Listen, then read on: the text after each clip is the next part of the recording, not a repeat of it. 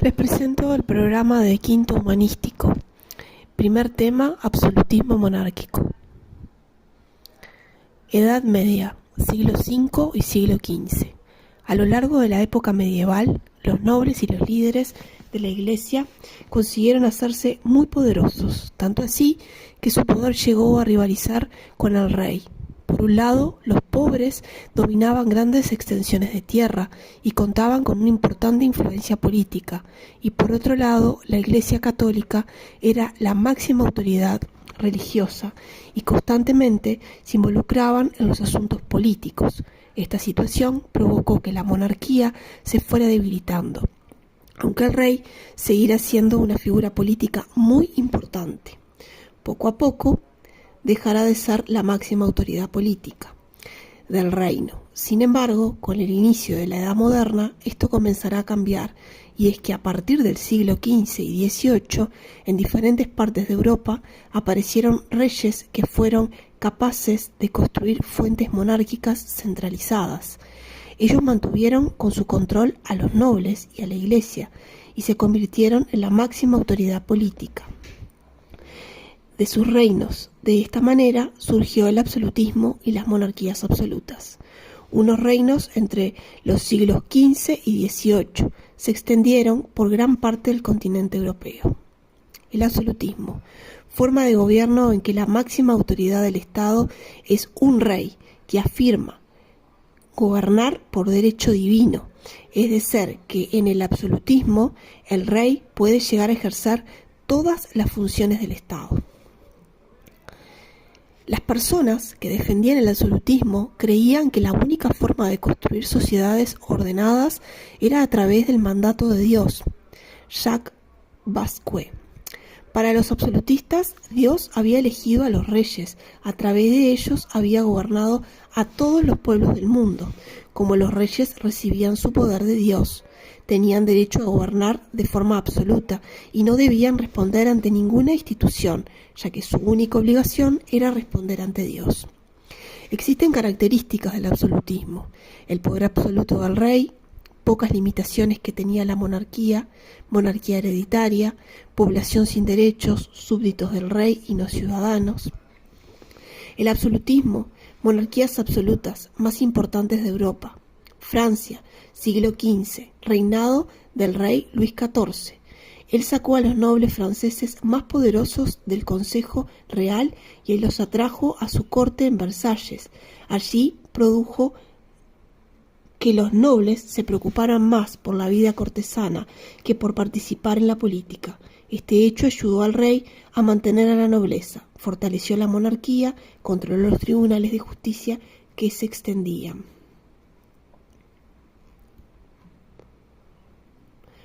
por las provincias del reino. Además, controló la religión para que no amenazara su poder. Por eso, prohibió las iglesias, cerró las escuelas protestantes y expulsó un gran número de hugonotes del reino. Todas estas prácticas absolutistas no hubieran sido posibles de no ser por la gran prosperidad económica con la que contaba Francia por estos años. En la época de Luis XIV, el crecimiento de la industria manufacturera y las políticas económicas mercantilistas contribuyeron para que la monarquía contara con los recursos económicos suficientes para llevar a cabo sus proyectos absolutistas. Gracias a estos recursos, la monarquía construyó un poderoso ejército profesional francés. Este ejército no solo ayudó a que el rey mantuviera el control de su reino, sino también a que participara activamente en la política exterior. Absolutismo. Se vio en España en el siglo XVIII, durante el reinado de los reyes Borbones. Ellos consiguieron fortalecer la monarquía española al centralizar las instituciones del Estado. Primero, el rey Felipe V hizo que las leyes, las instituciones y la lengua castellana se expandieran por el territorio de España. Más adelante, el rey Carlos III terminó de fortalecer el poder de la corona al expulsar a los jesuitas y limitar las actividades de la Inquisición. Bueno, ahora ingresamos en Francia en Luis XIV. Un pequeño resumen. Nació en 1638 y falleció en 1715. El apodo, el Rey Sol. Es uno de los reyes más importantes de la historia francesa. Fue venerado como algunos como Dios, y gracias a él hoy tenemos el magnífico Palacio de Versalles. Luis creía que había sido elegido por Dios y fue un rey absolutista. A él se le atribuía la famosa frase «El Estado soy yo». Fue hijo de Luis XIII, hijo primogénito, 1643. Fue coronado como Luis XIV de Francia. Tenía 4 años, por lo que gobernaba su madre. En 1648 tuvo que pasar por la Guerra de la Fronda, 1650 la Segunda Fronda. Luis XIV jamás logró fiarse de todo de la nobleza francesa, producto a las guerras que se ocasionaron en su infancia. Francia venció a los españoles en la batalla de las Dunas. Al finalizar la batalla, Francia e España firmaron el Tratado de los Pirineos, donde se fijaba la frontera entre ambos países. España cedió tierras a Francia. También en el tratado se fijó el casamiento de Luis XIV con 21 años, en 1665. Falleció el suegro de Luis XIV y el rey de España, Felipe IV, y la corona el hijo Carlos II de España. Luis quería unir a su corona a los territorios heredados por Felipe IV y por parte de España. Se desencadenó la Guerra de la Revolución de 1667. Luis luchó en el campo de batalla.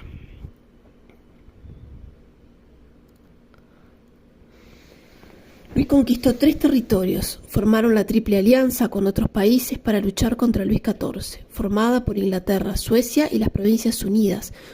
La unión duró poco. Carlos II de Inglaterra abandonó la alianza para unirse a Francia y se unieron ambos países para tomar los Países Bajos. Luis ganó algunos territorios más para su corona. Década de 1680. El poder de los franceses había aumentado. Luis tenía un gran ejército y varios países le venían como un gobernante poderoso, valiente y muy peligroso. Francia se había convertido en el reino más rico de Europa. Muchos países europeos intentaron imitar el gobierno de Luis, pero no lo consiguieron, siendo solo Francia la que brillaba por encima de los demás países.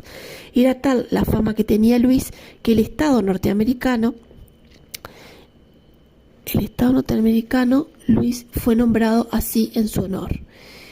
Obras: Palacio de Versalles. Luis lo convirtió en una verdadera joya. Él odiaba París. Convirtió el Palacio de Versalles en un refugio de personas. Luis se instaló ahí con su esposa, amantes e hijos. Los nobles le siguieron y abandonó su estilo de vida en París. En 1683, Luis XIV enviudó. Luis se incrementó en su poder gracias a la Iglesia francesa y al Vaticano, mostrándose como un rey católico y teniendo fe cristiana. Luchaba con los protestantes, pero después reforzó el radicalismo, una doctrina que imitaba el poder del Papa de Francia.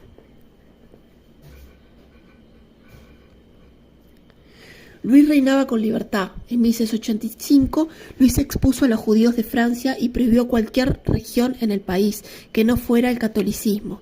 Luis era un gran estratega. Aprovechó la guerra austro-turca para tomar territorios en Luxemburgo. Aprovechó la debilidad de la guerra para poseer tierras que nunca fueron reclamadas. Muchos gobernantes y pueblos se volvieron antifranceses. En 1686 creó la Liga Augsburgo para proteger distintas zonas de Luis y de la expansión francesa. Llegó el condado Palatino con la excusa de buscar derechos territoriales de su cuñada. Luis XIV esperaba el apoyo del rey inglés Jacobo II para enfrentarse a la Liga Augsburgo, pero el rey fue derrocado y tomado el puesto Guillermo III y María II. Se opusieron a Luis. Luis XIV se enfrentó con el apoyo de los ingleses jacobitas. La Guerra de los 9 Años de Francia demostró ser una gran potencia que finalizó en 1697, firmándose el Tratado de Ryswick, donde Luis se comprometió a devolver todos los territorios arrebatados al emperador Leopoldo I y quedándose solo con Augsburgo. Tras la Guerra de los 9 Años, Luis comenzó a internarse por España, ya que el rey Carlos II estaba muy enfermo y no tenía herencia, y él era muy rico en cuestión de dominios.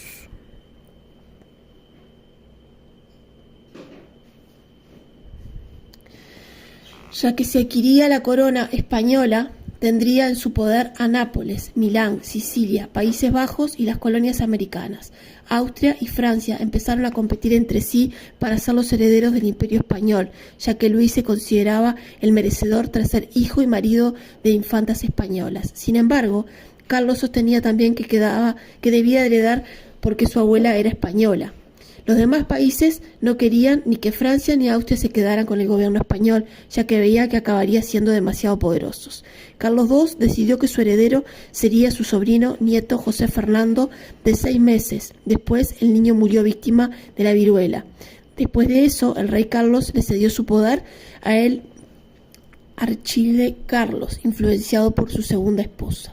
En 1700, Carlos II, España fallece, pero antes cambia su testamento, dándole el poder al nieto de Luis, el joven Felipe Benjou, siempre y cuando éste renunciara a la herencia a la corona francesa. Después del fallecimiento de Felipe V, se proclamó el nuevo rey. Esto provocó la Guerra de Sucesión Española, ya que el archiduque Carlos seguía considerándose el único heredero del Imperio Español. Luis se involucró en la Guerra Española, apoyando en todo momento a su nieto, pero esta guerra se alargó hasta el año 1714, que se firmó la paz con el Tratado de Utrecht, donde se reconocía a Felipe V como el verdadero rey de España.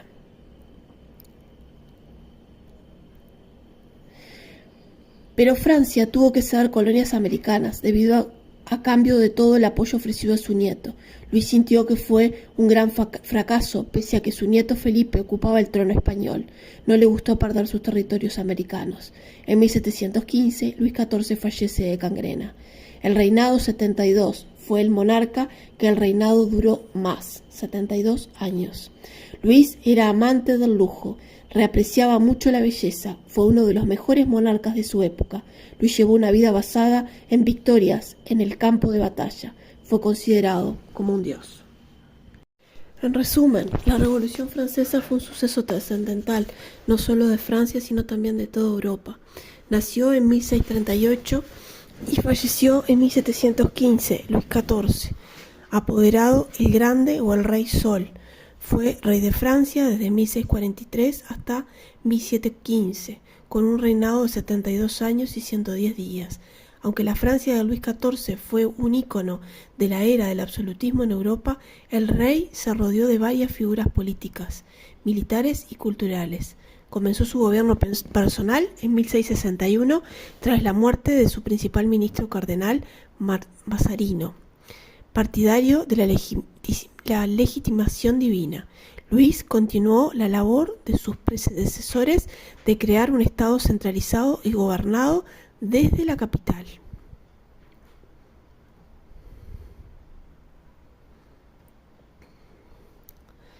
Trató de eliminar los restos del feudalismo que persistían en algunas partes de Francia al obligar a muchos miembros de la nobleza a habitar su fastuoso palacio de Versalles. Consiguió pacificar la aristocracia, se convirtió en uno de los monarcas franceses más poderosos y consolidó un sistema de monarquía absoluta en Francia que perduró hasta la Revolución Francesa. Impuso la uniformidad de la religión bajo la Iglesia Católica, destruyó prácticamente la comunidad protestante, se convirtió en la primera potencia europea e hizo valer su poderío militar. Un conflicto con España marcó toda su infancia. Participó de 3 grandes conflictos continentales, cada uno contra poderosas alianzas extranjeras: la guerra franco-neerlandesa, la guerra de los 9 años y la guerra de sucesión española. Además, guerras cortas como la guerra de devolución y la guerra de las reuniones. La guerra definió la política exterior de Luis, impulsado por mezcla de comercio, venganza y pique. Guerra para el medio para realzar su gloria. En principios de paz, preparaba la siguiente guerra. Enseñó a sus diplomáticos que su trabajo consistía en crear ventajas tácticas y estratégicas para el ejército francés. A su muerte, en 1715, Luis XIV dejó a su bisnieto y sucesor Luis XV. Su reino, poderoso, aunque muy endeudado, tras la Guerra de Sucesión Española, que se había prolongado desde 1701. Logros durante su reinado: amplia influencia en el periodo moderno temprano hasta la entrada de la Revolución Industrial.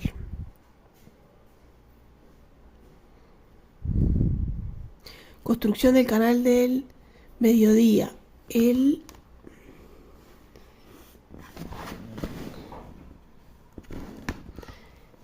mercenario de artistas y la fundación de la Academia de Ciencias de Francia.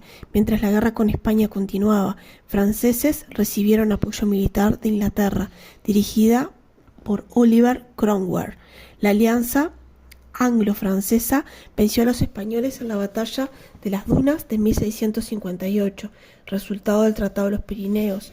Fijó frontera entre España y Francia en los Pirineos. España cede varias provincias y ciudades a Francia en las Provincias Unidas de los Países Bajos y en el Pabellón. Este tratado cambió la balanza de Luis XIV.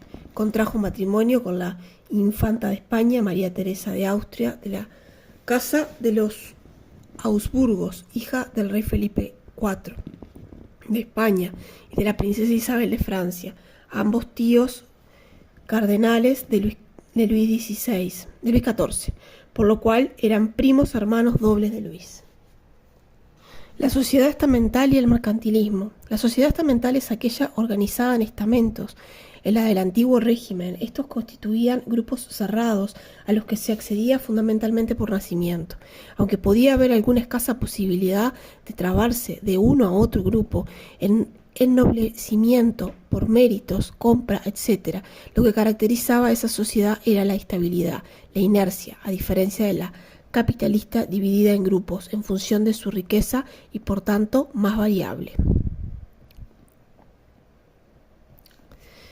Y dinámica. La estamental es casi inmutable, casi estamento. Se correspondía con un estrato o grupo definido por un común estilo de vida y análoga función social.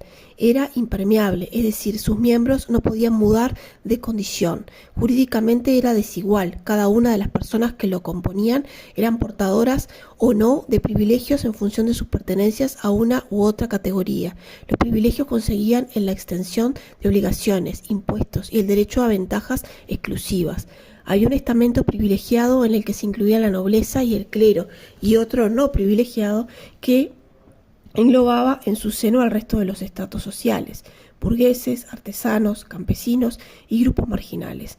Al estamento privilegiado se accedía, salvo en el caso del clero, por nacimiento o por concesión especial del monarca a partir del siglo XVII, cada vez que se hizo más corriente que individuos burgueses alcanzaran el ennoblecimiento mediante la compra de títulos al monarca.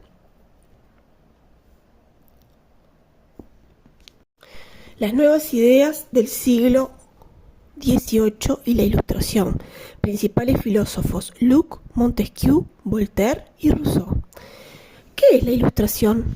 Durante el siglo XVIII en Europa, una serie de pensadores y filósofos comenzaron a proponer nuevas ideas que cambiarían drásticamente la forma en que las personas percibirían la política, la economía y la vida en general.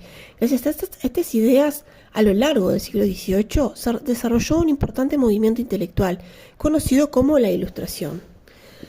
Fue un destacado movimiento filosófico que sostenía que solo por medio de la razón se podía obtener un conocimiento verdadero en todos los aspectos de la vida. Además, con el uso de la razón se podía construir un mundo mejor. Por eso, los tres pilares del pensamiento de la Ilustración fueron la razón, la ley natural y la esperanza en el progreso. Los filósofos de la Ilustración fueron inspirados por las ideas innovadoras que surgieron durante el siglo XVII, como las leyes de Newton y el pensamiento liberal del pensador inglés John Locke. La mayoría de los pensadores mencionados pertenecían a la aristocracia y a la clase media. Por eso, las ideas de la Ilustración no tuvieron influencia entre los campesinos y los trabajadores. Sin embargo, estas ideas se expandieron entre las clases más poderosas, entre líderes de los revolucionarios de todo el mundo. Sus características principales fueron pensamiento racional, era posible obtener conocimiento, observación y la experimentación. Rechazaban cual conocimiento que no procediera de la razón, como la religión, igualdad, derechos naturales, rechazo, monarquía absoluta, y cuestionaban que el poder del rey venía de Dios. El conocimiento y el pensamiento de la ciencia conducían al progreso de la civilización humana. Representantes más destacados fueron el filósofo francés Voltaire, que nació en París, vivió en Inglaterra y pertenecía a la clase media, defensor del libre pensamiento, la tolerancia religiosa, criticó el absolutismo y a la superstición. Para él era la causa de los problemas que existían en Francia. Montesquieu formaba parte de la nobleza francesa, criticó las instituciones de Francia, especialmente a la monarquía y a la Iglesia católica. Su obra más conocida fue El espíritu de las leyes. En ella describió 3 tipos de gobierno: las repúblicas ideales para estados pequeños, las monarquías ideales para los estados de tamaño medio, interesadas en el apego a la ley, y las clases gobernantes, y el despotismo. Inspiraba a la obediencia, a un mejor gobierno, una monarquía equilibrada, una separación de poderes. Él creía que un poder ejecutivo, legislativo y judicial era la forma adecuada para que este poder se controlara entre ellos y serían un Estado más libre y seguro, ideas importantes del pensamiento moderno. Juan Jacobo Rousseau, última década del siglo XVIII, nueva generación, nació en Ginebra, pasó gran parte de su vida en Italia y Francia. Pensaba que los primeros seres humanos habían sido todos felices ahí y no había leyes ni jueces y todas las personas serían iguales. Sin embargo, con el surgimiento de la propiedad privada aparecieron leyes y gobernantes. Como los gobiernos limitaban las libertades de las personas, para Rousseau los gobiernos eran un mal necesario. En él, su libro, El contrato social, intentó armonizar la libertad y la autoridad del gobierno. Básicamente, el contrato social era un convenio que realizaba una sociedad entera para ser gobernada por su voluntad general. Según Rousseau, si cualquier individuo deseaba buscar su interés personal, estaba obligado a someterse a la voluntad general, pues aquello era lo mejor para todos, también era lo mejor para el individuo. En resumen, la Ilustración es un movimiento intelectual filosófico en Europa. Pensadores y filósofos proponen nuevas ideas que cambiarían drásticamente la política, la economía y la vida en general. La Ilustración sostenía que solo por intermedio de la razón se obtenía un conocimiento verdadero. Por eso, los pilares del movimiento de la Ilustración fueron la razón, la ley natural y la esperanza en el progreso. La mayoría de los pensadores pertenecían a la aristocracia y a la clase media, y la inspiración fue a partir del siglo XVII. Por ejemplo, leyes de Newton, y no tuvieron influencia en campesinos y trabajadores. Sus características: pensamiento racional, rechazo de cualquier conocimiento que no procediera de la razón, ejemplo religión, se pretendía igualdad, derechos naturales, rechazo de las monarquías absolutas y cuestionaban de que el rey había sido elegido por Dios. Finalmente tenemos a Locke, que es un filósofo materialista inglés, quien inició la corriente empirista, que considera la experiencia fuente de conocimiento humano. Él dice que el Estado o sociedad política debe preservar la libertad y derechos naturales, pero es el soberano que durante el pacto, el pueblo, debe sustituir ante la revolución. Fue el fundamento esta idea de Locke, que el fundamento de las liberaciones burguesas, los regímenes absolutistas del siglo XVIII en Norteamérica y Francia. Obras fundamentales: Estado sobre la obra civil. Revolución Francesa, 1789.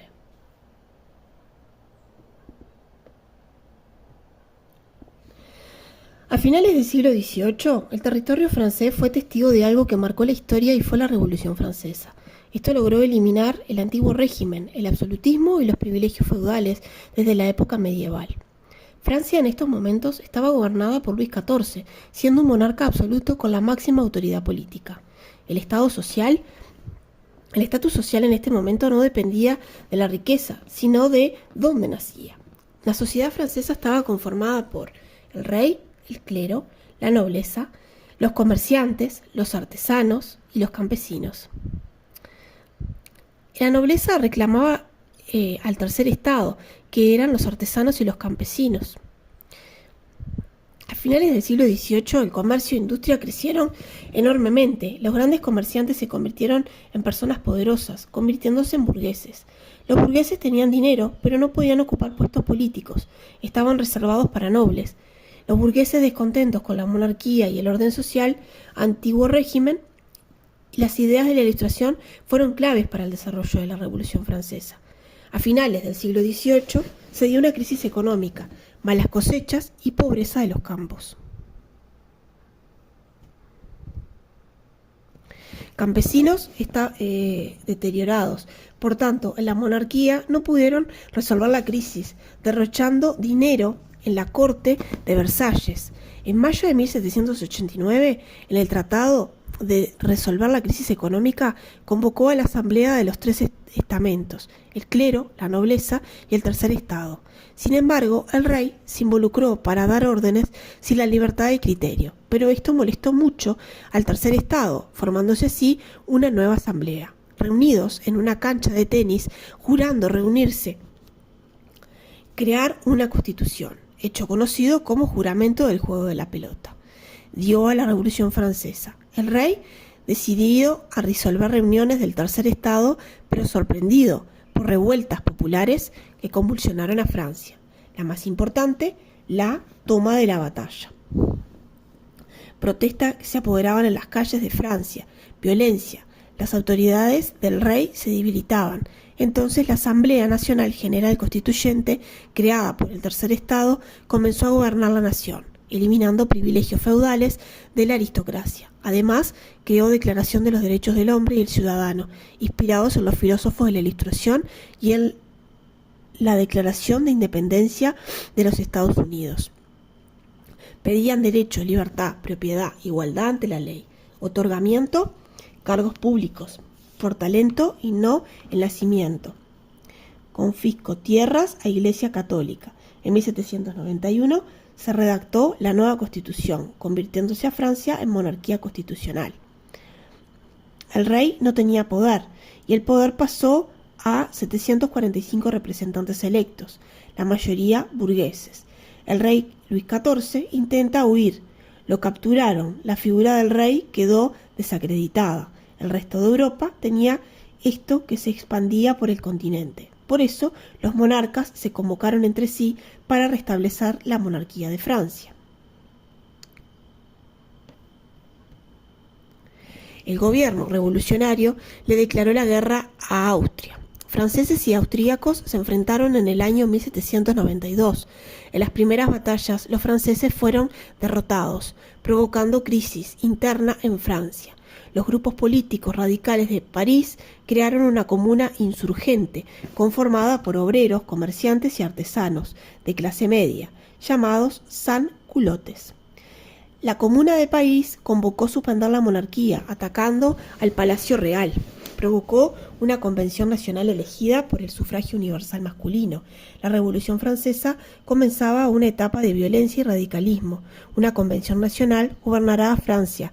Abolió la monarquía, estableciendo el sistema republicano. Se dividió la convención en varias fracciones políticas, las dos más importantes, los girondinos y la montaña. Los girondinos, representación a las provincias. Revolucionarios modernos temían que las masas radicales se salieran de control. La montaña representaba los intereses de la ciudad de París, formada por los radicales de la capital. En el año 1793, la Convención Nacional declaró al rey culpable de traición y ordenó su ejecución. Luis XIV fue ejecutado. Luis XV fue ejecutado. Concreción, eliminación antiguo régimen en Francia. Sin embargo, el gobierno de la Convención comenzó a tener problemas. Diversas provincias francesas. Cabe destacar que Luis XV era el nieto de Luis XIV. No reconocían autoridad de la Convención y además varios estados europeos formaron la coalición para enfrentar a Francia. Los gobernantes franceses se radicalizaron más y le otorgaron poder a un comité ejecutivo, conocido como el Comité de Seguridad Pública. Líderes más importantes, Maximilien Robespierre, creando el gobierno autoritario, llamado el Reino del Terror. El gobierno empezó a sospechar y a eliminar personas en contra de la revolución.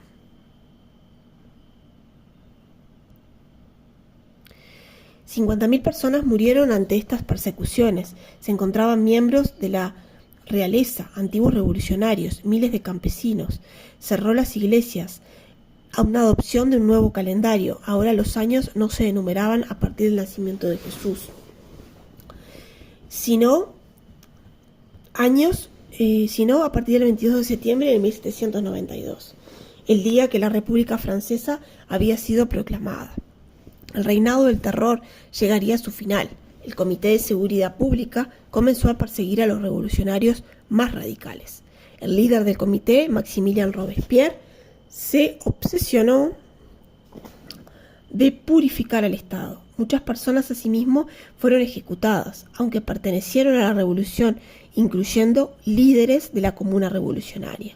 Algunos no se sentían seguros con Robespierre, actuando de esta manera en el año 1794,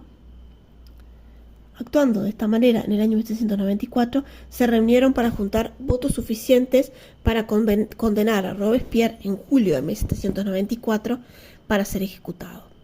En esta nueva etapa de la Revolución Francesa, en el año 1795, ahora será dominada por líderes más moderados, quienes limitaron poder de seguridad pública y promulgaron una nueva constitución, construida por la Asamblea Legislativa, que contaba con 2 cámaras, el Consejo de los 500 y el Consejo de Ancianos.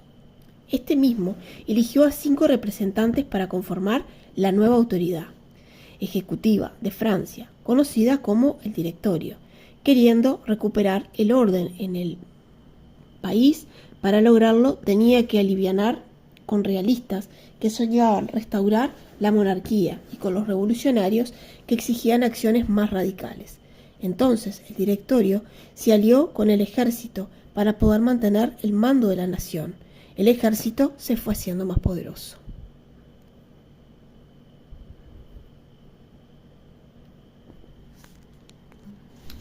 Hispanoamérica y las reformas borbónicas, la invasión napoleónica a España y el movimiento juntista. A principios del siglo XVIII, la dinastía de los Borbones se hizo con la corona de España. Implementaron medidas políticas, económicas y religiosas que tuvieron gran impacto sobre el territorio español y territorios hispanoamericanos. Reformas que reforzaron la monarquía, centralizaron la administración, incrementaron impuestos y fortalecieron el dominio español sobre América. Las causas de la influencia de ideas de la Ilustración. Gracias a esto se estimula la economía, comercio, agricultura y aspectos sociales, la educación. Existe una preocupación de independencia. Organizadoras religiosas con compañías de Jesús amenazaban su poder, dice la monarquía. La monarquía deseaba combatir el contrabando y aumento de impuestos. Deseaban eliminar independencia, funcionarios que actuaban en Hispanoamérica, y se produce la eliminación de abusos de poder y actos de corrupción sometidos en América. Las reformas buscaban modificar las reformas políticas de Hispanoamérica, que fueron creados 2 nuevos virreinatos, el virreinato de la Nueva Granada de 1717 y el virreinato del Río de la Plata de 1776. Se separaron el virreinato del Perú y se crearon divisiones administrativas como las capitanías generales de Cuba, Venezuela y Chile.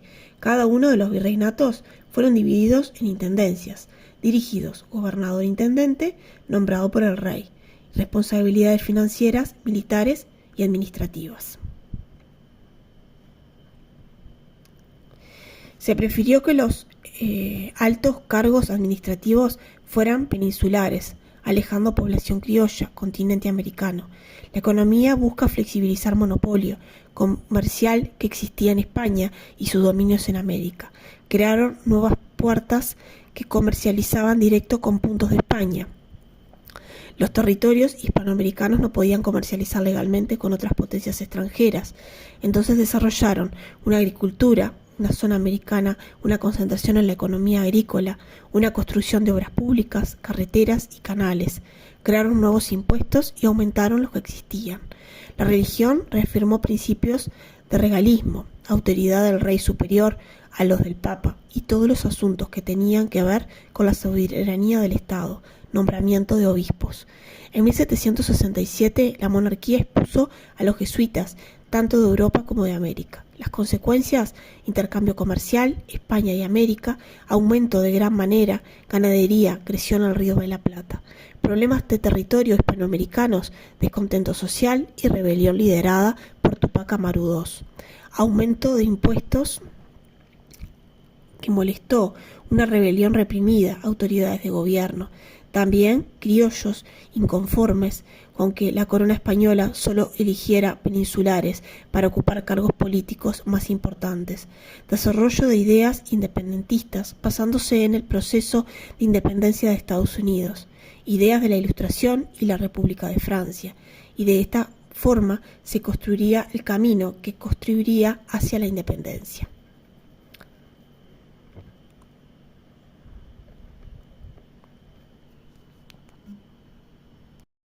Del ejército hispano-inglés.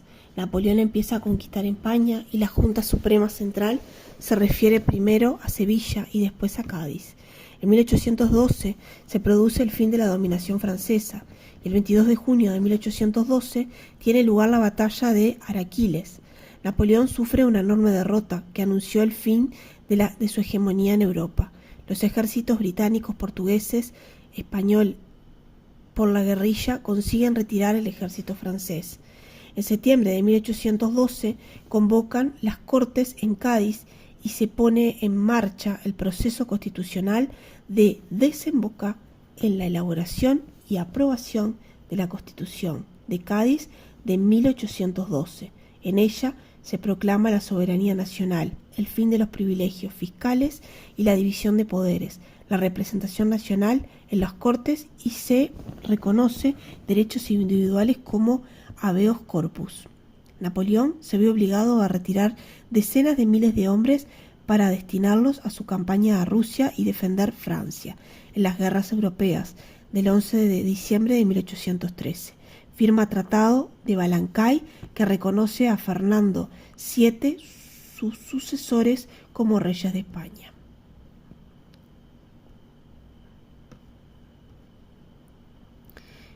Y en las Indias manteniendo integridad del territorio español.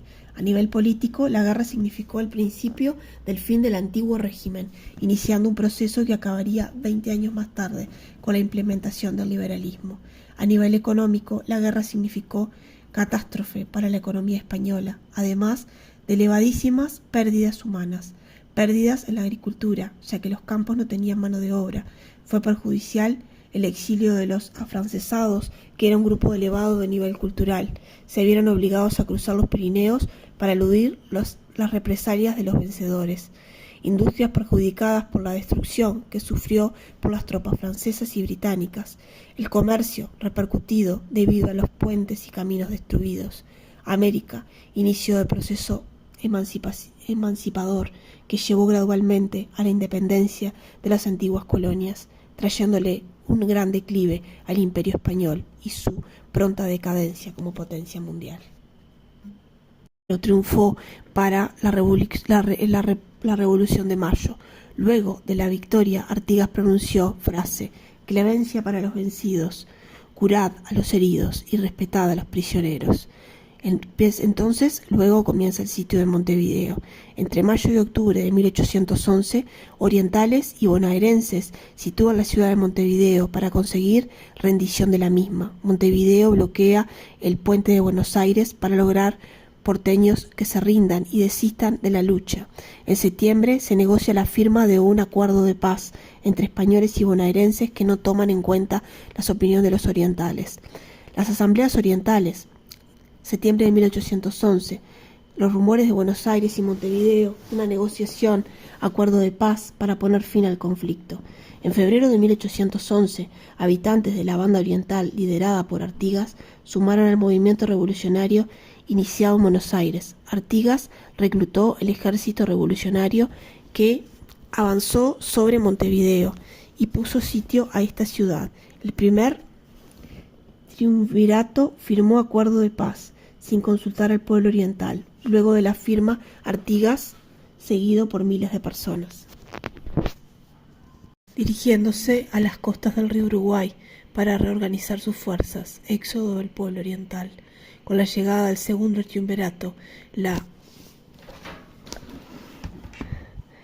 reanudación del sitio de Montevideo y la convocatoria de la Asamblea mejoran relaciones con Banda Oriental y Buenos Aires. Artigas convoca a Congreso Tres Cruces, que va a elegir representantes orientales, y redactó las instrucciones para que fueran escuchadas en la Asamblea en el año 13, rechazadas por el mismo organismo. Luego del rechazo y de todo lo propuesto por Artigas, decide abandonar el segundo sitio de Montevideo. El gobierno de Buenos Aires declara a Artigas traidor y enemigo de la patria. El ejército porteño logró vencer al ejército de Montevideo, que se rindió en 1814. Artigas crea llamada Liga de Pueblos Libres en 1815 y estuvo integrada por la provincia oriental, Banda Oriental, Corrientes, Entre Ríos, Santa Fe, Misiones, Córdoba. Los representantes de esta provincia se oponen al centralismo porteño, o sea, centralización de Buenos Aires, nombran a Artigas protector de pueblos libres y adoptan la bandera creada por Belgrano, con franja color rojo. Acordaron cada provincia que mantendría propio gobierno, sus propias leyes. Se esperaba que se creara un gobierno oriental. Además, Artigas sancionó el reglamento provisorio y fomento de la campaña y la seguridad de los hacendados, el reparto de las tierras y de los realistas entre los negros, los mulatos libres, los indígenas y los criollos pobres. Creó policía rural, remarcar ganado, prohibió faenas clandestinas y estableció que los peones debían poseer una papeleta que demostrara trabajo fijo. En 1816, los portugueses, con complicidad del Directorio, invadieron la Banda Oriental y derrota al ejército de Artigas, apoderado del puerto. Deja sin comercio a las provincias orientales y se llevó a la quiebra. Comienza a desarmarse para 1820, que sufrió derrota definitiva, batalla de Tacuarembó. Se firmó Tratado de Pilar, que conocía el liderazgo Artigas.